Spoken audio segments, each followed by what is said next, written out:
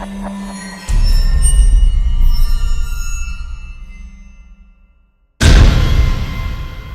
everybody, Mandus Bucker here from Maximum Muscle Report. We're at the 2017 Karina Nascimento Classic.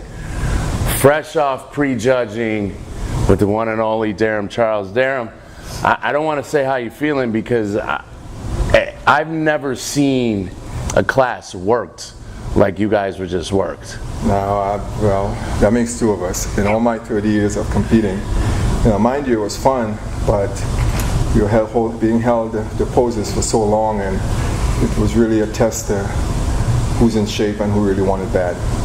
Well, you know, it's interesting because they brought you guys out in first call outs and they moved you around quite a bit. They didn't move me, by the way. They did, well, correction, they moved everyone around, Darrem, and they brought you off. They brought 4 of you back out, took you off, and then the last 2 men standing, 2 of you who competed against each other decades ago, you and Lee. How did that feel? It feels great. You know, it's always great to see people put their hard work in. Lee definitely put the work in. He showed up. He showed up right, and the judges made the right call, and we both were stand there to battle it out. You know, I got to tell you, from our perspective, and I had to sit there and watch then, not as a reporter, but as a fan, I felt like I was watching 2 warriors just going at it, battling, pose after pose after pose.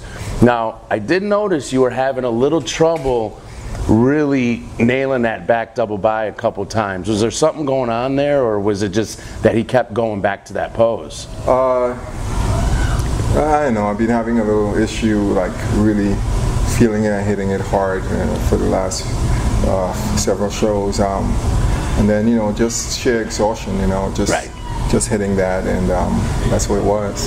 Yeah, when you nail it, when you open, it's lights out. When you get stuck in that hitch, you know, I think that's probably one of the reasons you guys were called out again. They wanted to see you correct it, and you did. You did at the end there. I think so. We'll see what happens. Every time they sit back on, like, fuck, okay, here we go.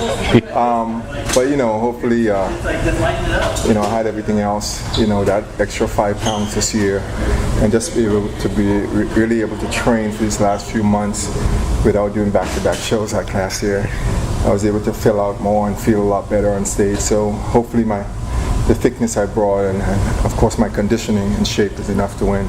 Well, you're always peeled to the bone. You're always dry. You're always hard.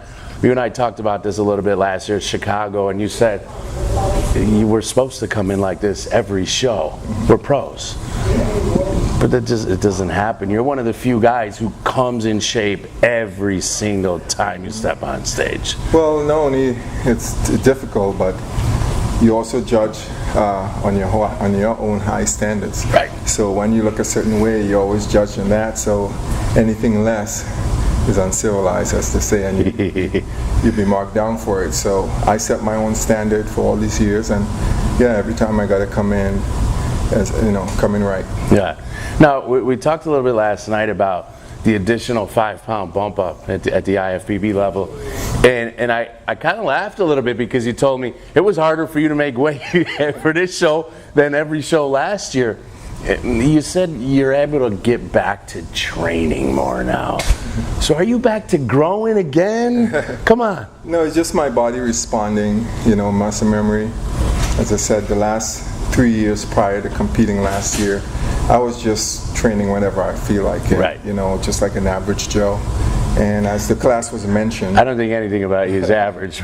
As the class was mentioned in September of 15, I started getting ready, and before you knew it, I was competing in February. So, and as you know, I did 16 shows last year. Yeah. So I didn't have time to really train and eat to grow. So when the shows were over, the latter part of last year, I was able to actually train, like to put muscle on and eat to do that. And once I did that, my body just wanted to take off. I'm not a guy who goes up 30, 40 pounds over the competitive weight.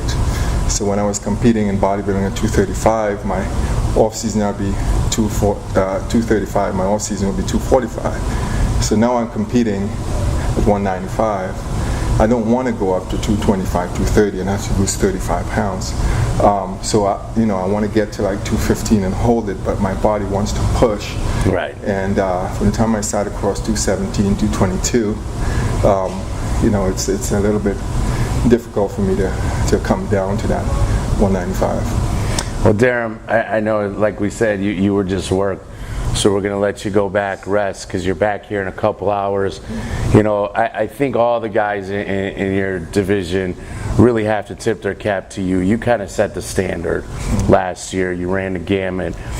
You really helped put this division on the map. And on behalf of those guys and myself, we want to thank you. We look forward to talking to you again tonight. Well, look forward to the routine tonight. I'm going to slam it. It's going to be epic. Something sweet I put together, and it's going to be nice. Guys, we're going to capture it all, and we will actually put it on live on this man right here will be capturing the entire routine live, and it'll go up on the site tonight. Catch it, his routine. Until tonight, Darrem, Mandis, Maximum Muscle Report, we're out.